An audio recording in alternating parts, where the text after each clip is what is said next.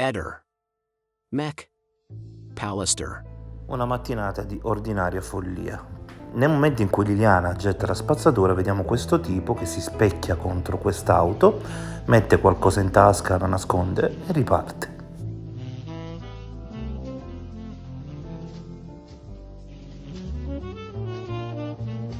Così facendo si trova all'altezza di Liliana proprio nel momento in cui lei sta gettando la spazzatura. Ma la cosa più strana avviene quando passa un'altra persona ancora.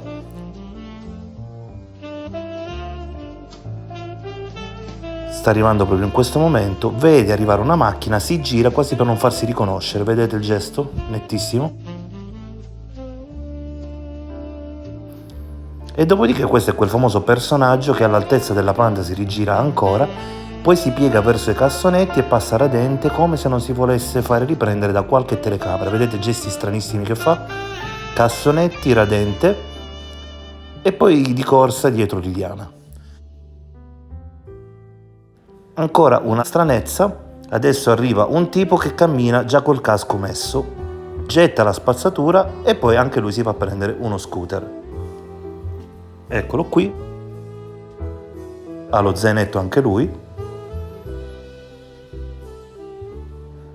Lui quindi ha incrociato evidentemente Liliana dopo che ha girato in quella via e partirà con lo scooter proprio mentre passa Gabriella.